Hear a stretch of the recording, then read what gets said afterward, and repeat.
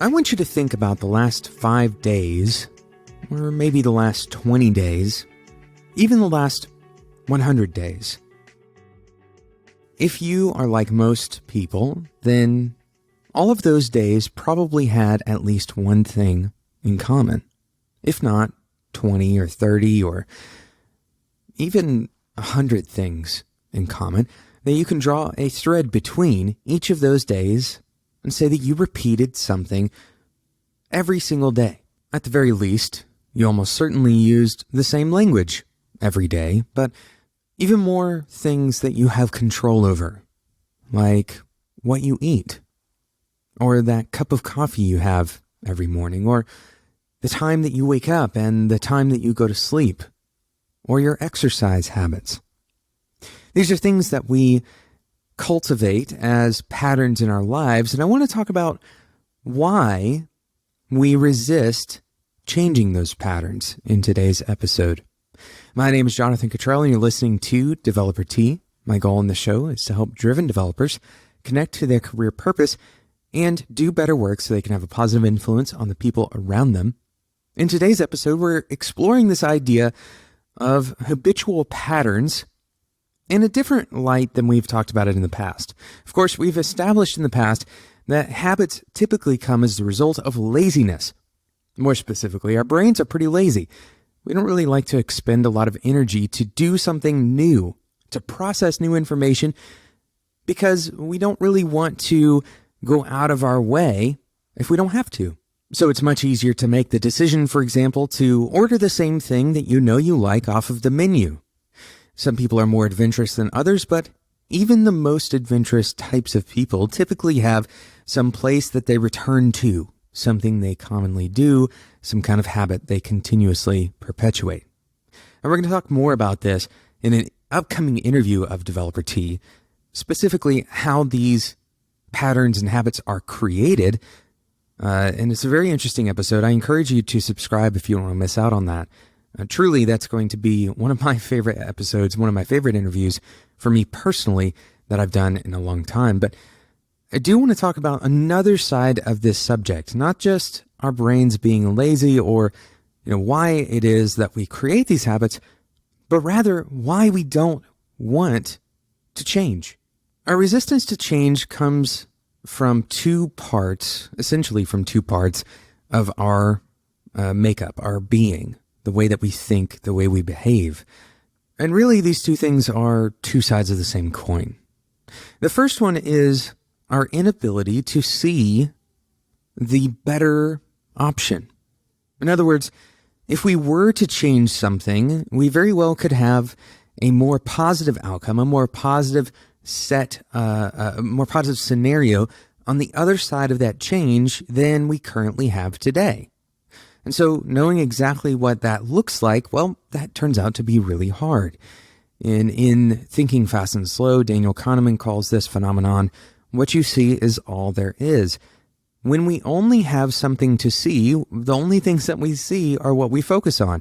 And so it's very difficult for us to imagine an alternate reality.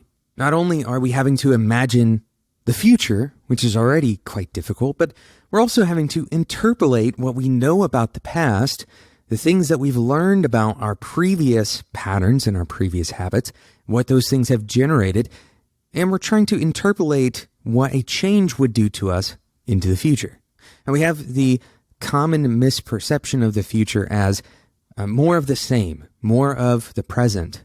And this is really a kind of a fallacy of thinking as well, but our reticence to change is partially because we don't really have a good reason to change. We see our current situation as typically pretty good. Now, the flip side of this coin, this reticence to change coin, goes back to our basic survival instincts. Our basic survival instincts told us that when we find something that creates safety, log that away. Continue moving down that path. Return to that path. Protect that path. If we find something that creates safety, we want to hold on to it because, well, we want to survive. And so our instincts tell us to Find those things and continuously return to them. And really, what this means is when you find safety, stay there. Don't move. If I survive in this place 100 days, then it's very likely that I'm going to survive to 101 days. And if nothing else changes, to 102 and 103 and so on. And the same is true not only for where we are, but also the things that we do, the food that we eat, the people we interact with, the activities that we participate in. We see all of these things as signals for survival. And if we survived yesterday, then we try to emulate yesterday naturally. This idea is homeostasis, the idea that staying the same is stability. It doesn't introduce new threats because if we survived it before, then our brains kind of rationalize and tell us that we will likely continue to survive if we stay in that state. Now, sometimes our brains are incredibly wrong about this. For example, we can cultivate bad habits like poor eating habits. And because we aren't getting a signal that those eating habits are bad, we may continue to cultivate those eating habits without any fear, without any what would be rational fear that those eating habits are going to ultimately end in some kind of bad way. And unfortunately, our survival instincts didn't really prepare us for a world where we're mostly safe anyway, where predators are not really coming into municipal areas, for example, or where our homes protect us from most predators and most weather, and most of our lives are safe. We don't have the same types of threats that we've been kind of instinctively taught to protect against. So now, those instinctive motives of preserving our lives, well, they can kind of train bad habits when it comes to what we are trying to achieve today. And that may be, for example, something that is otherwise relatively dangerous, that is otherwise very different from yesterday, where we're kind of shaking up our homeostasis. So we have to constantly remind ourselves of this. We have to remind ourselves that, in fact, we are safe. In fact, changing direction or introducing and even inviting change isn't necessarily going to threaten us the way that our instincts are telling us it will threaten us. Now, before we go any further, though, I want to make sure that there isn't a accidental evaluation, interpretation of what I'm saying here to mean that you should take every signal of change or every requested change and listen to it. This is, unfortunately, a very common pattern for especially young developers to take. A developer starts to learn a language. Let's say they want to learn PHP, and somebody told them that PHP was a good language, and so they decided to learn it.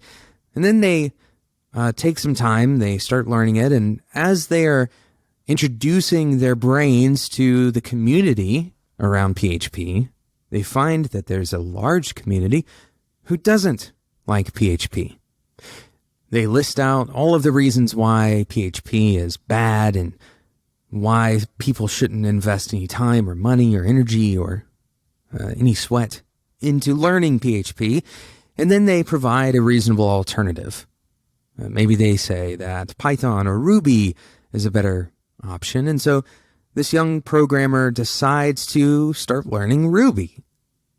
And so they invest time and energy into Ruby, and all of that stuff they learned about PHP, they kind of put it on the shelf and they label it bad and useless information. And now they're trying to learn Ruby, but then they find out that Ruby, according to another community online, isn't fast enough.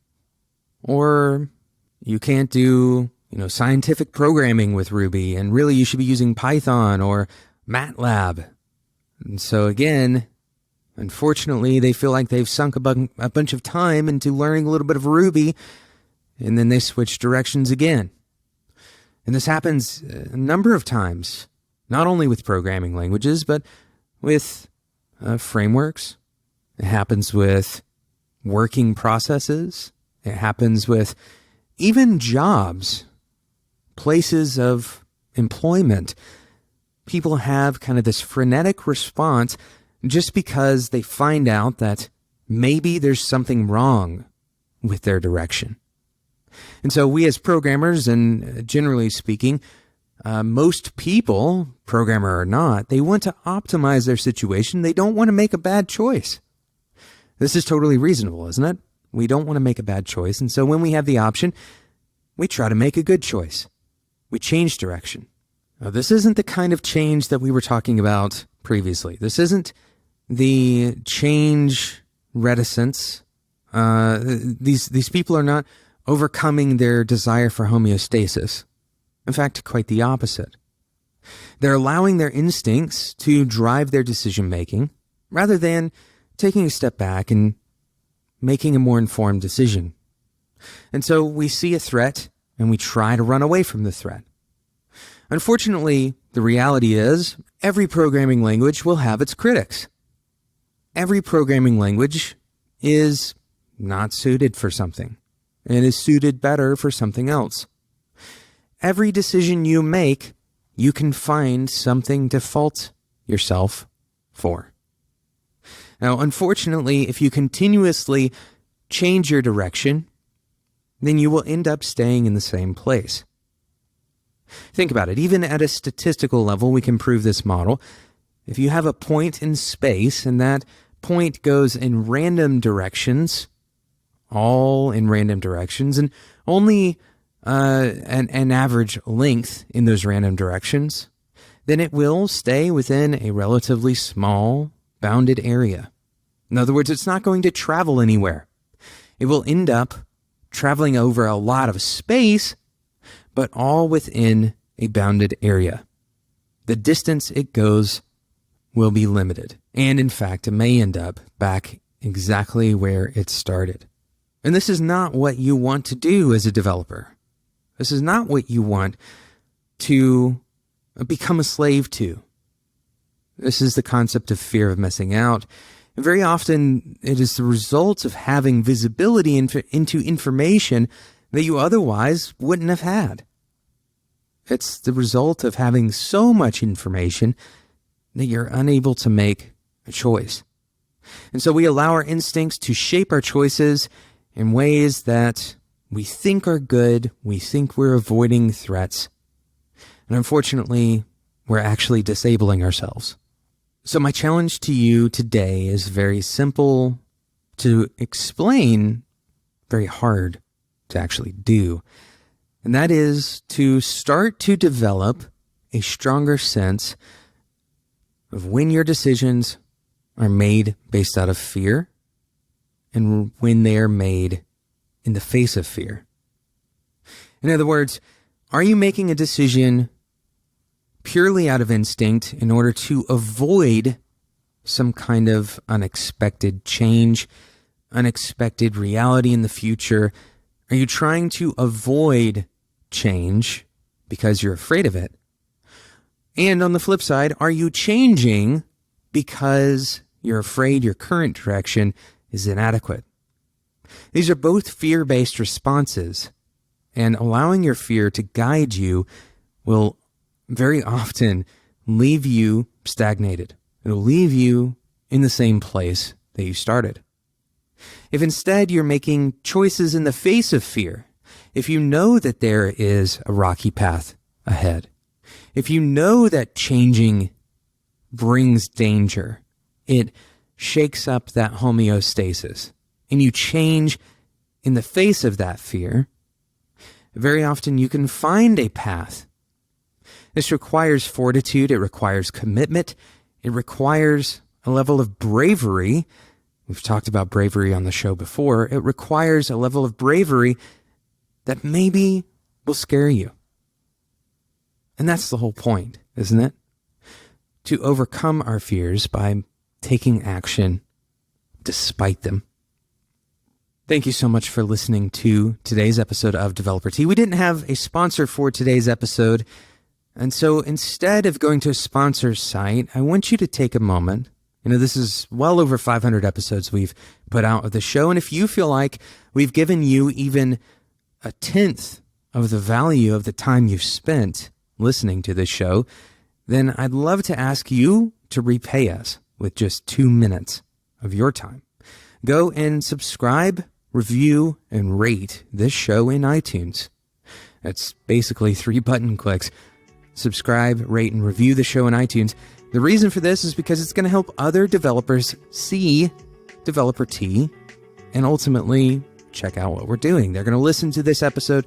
They're going to listen to other episodes in the very large catalog now of Developer Tea episodes. And hopefully the same value that you've gotten as a developer, they can get as well. Thank you so much for listening to Developer Tea. Until next time, enjoy your tea.